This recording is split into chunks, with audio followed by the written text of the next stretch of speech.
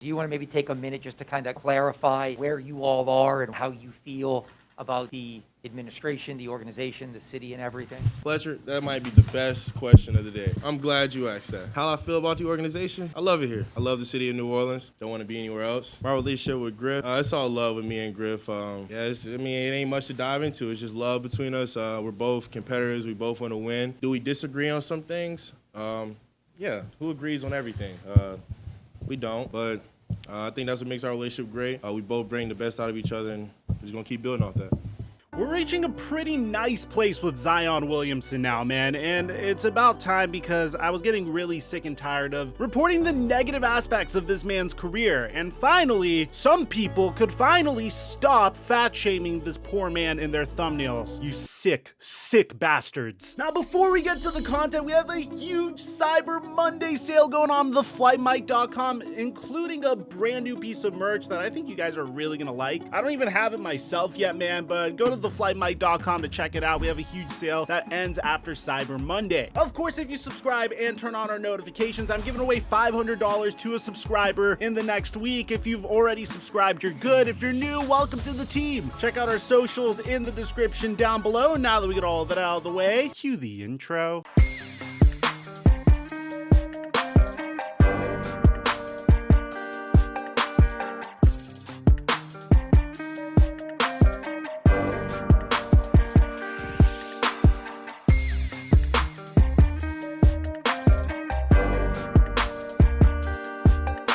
Mic check 1 2 1 2. What's going on, everybody? If there's one thing that I absolutely enjoy doing, and in the context of just doing a podcast with Mike Korzemba and Get Like Coop, it's absolutely roasting Zion Williamson in front of Get Like Coop on the Laced Up podcast. What are the odds that Zion's doing this on purpose, man? Like, come on. Oh, what are you thinking right now, Korzemba? You look like you're into it.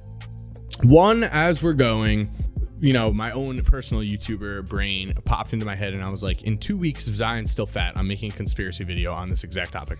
But because in 2 weeks, if Zion is still fat, there's something going on. But jokes aside, man, if there's one thing that's been really frustrating about Zion, is it's the fact that he has shown tremendous promise whenever he was on the floor for the New Orleans Pelicans. But the drama that came with drafting him #1 overall is having a lot of people questioning whether or not the New Orleans Pelicans should have drafted Ja Morant #1 overall in the 2019 NBA draft over Zion Williamson. Now, this isn't to say one player is better than the other. It's to say one player is actually playing currently and the other has been dealing with a myriad of injuries, just as we all predicted. Currently, at the time that I'm making this video, Zion Williamson's played just a little bit over a full NBA season with 85 games since the 2019 to 2020 season. But when he has played last year, he took a huge step in his development, averaging 27 points per game for 61% shooting from the field. He didn't really shoot that many threes, but we've seen flashes of maybe some potential from the three-point line from him. They tried him at point guard with great success last year. He has 3.7 assists per game, almost a steal per game, and his player efficiency rating was a 27. Now, when you compare that to the likes of Ja Morant, man, Ja Morant's already played 149 games for the Memphis Grizzlies, and although he's dealt with his own injury issues and he had a very big injury scare this past week, you could say that at the very least, Ja Morant has been able to play for the Grizzlies, and as a result, some people are making the argument that they should have drafted Ja over Zion. The question remains whether or not Zion Williamson will be able to get underneath a legitimate playing weight. Currently, Basketball Reference lists him as 284 pounds. Sources also indicate that he's over 300 pounds, and that weight, combined with the fact that the man tore his meniscus in his rookie year and is currently dealing with a foot injury, which the Pelicans decided to hide from us up until the beginning of the season, which, if you ask me, was very sleazy and very sketchy of the New Orleans Pelicans front office just to do that in order to potentially try to sell season tickets to probably one of the worst teams in the NBA. All of that just has us wondering what's happening next. So let me tell you the good news. The good news is, as of a couple of days ago, according to Andrew Lopez, which is an ESPN insider, New Orleans Pelicans Zion Williamson has been cleared for full team activities, still no return deadline. Now, if you want some more information on it, according to Willie Green, it says it's been a long road to get him to this point. Anyone that's ever dealt with any type of injury like that, it's hard to come back from. It's hard mentally. He's done a great job pushing through. Zion has an opportunity now to be a full go in practices, and we'll have a practice soon. Hopefully that'll add some juice to our team. He's a huge part of what we do here. Now, Zion went through 4-on-4 and full court work on Friday while the team was in Utah for a back-to-back. New Orleans plays the Los Angeles Clippers tonight, and the team will travel to New Orleans on Tuesday to play the Dallas Mavericks. As a result of this crazy schedule, you probably aren't going to see videos of Zion Williamson doing crazy stuff in practice up until at least Tuesday or Wednesday. Now, Willie Green also said something that I think is very interesting to note. He also says it's more about how he responds to practices, how he responds to the physicality of playing against his teammates, how he responds to getting up and down. Just giving a timeline is tough on that. We want him back as soon as possible, but it's all predicated on how he feels after workouts, and the medical team will work diligently with him, and we'll go from there. Currently, at the time that we're making this video, the Pelicans are 5-17, and 22 games of the regular season have already passed, and I don't want to completely write off the Pelicans as a play-in team because the Grizzlies and Nuggets are literally just 4 games ahead of them, so it's really unfair to just punt on them so quickly. But just based off of the way this season's going, man, the Pelicans are in a very difficult situation, and I want you to let me know how you would handle this situation. On one hand, you have this really transcendent player that has dealt with injury issues and is currently significantly overweight. I mean, I don't know if he magically lost 50 pounds within the past 2 weeks, because the odds of that actually happening are very, very slim to none, and even if he does so, it's not really a healthy way to lose weight. But do you really want to trot Zion Williamson out there when he's playing over 300 pounds and potentially risk even further injury and probably ruin your franchise cornerstone? Or would you rather have him sit down for an additional month or so? I know Pelicans fans are really sick of this because this is how it was for Zion Williamson's rookie year when he was recovering from the torn meniscus. Would you rather Zion Williamson sit out for a little bit, try to get to playing weight, try to make sure he's in playing shape because he broke his foot, and chances are he's not in playing shape as a result of breaking his foot, and then decide to come back and try to lead the New Orleans Pelicans to a play-in game? Either way, I don't think the reward of rushing Zion back so soon is going to get them anywhere. I don't think if he was at full strength today, you would see the New Orleans Pelicans making a deep run. This is still a team that has a lot of work to do and still isn't really constructed in the greatest way. I think they got significantly worse after losing Lonzo Ball this past year, and I think there's some issues that is stemming from the front office and David Griffin's side that is more to blame for the Pelicans not performing so well than Zion Williamson's injury. I mean, after all, if you're in your 3rd season with the team and they're on their 3rd head coach, then chances are that, no offense Pelicans fans, but chances are that organization has no idea what they're freaking doing. So hopefully they don't mismanage Zion's career. Hopefully Zion gets down to playing weight before he re-enters the NBA for the New Orleans Pelicans, because it would really be a shame if we had another coming of the DeMarcus Cousins situation, or just an injury that completely sapped this man of his freakish athleticism.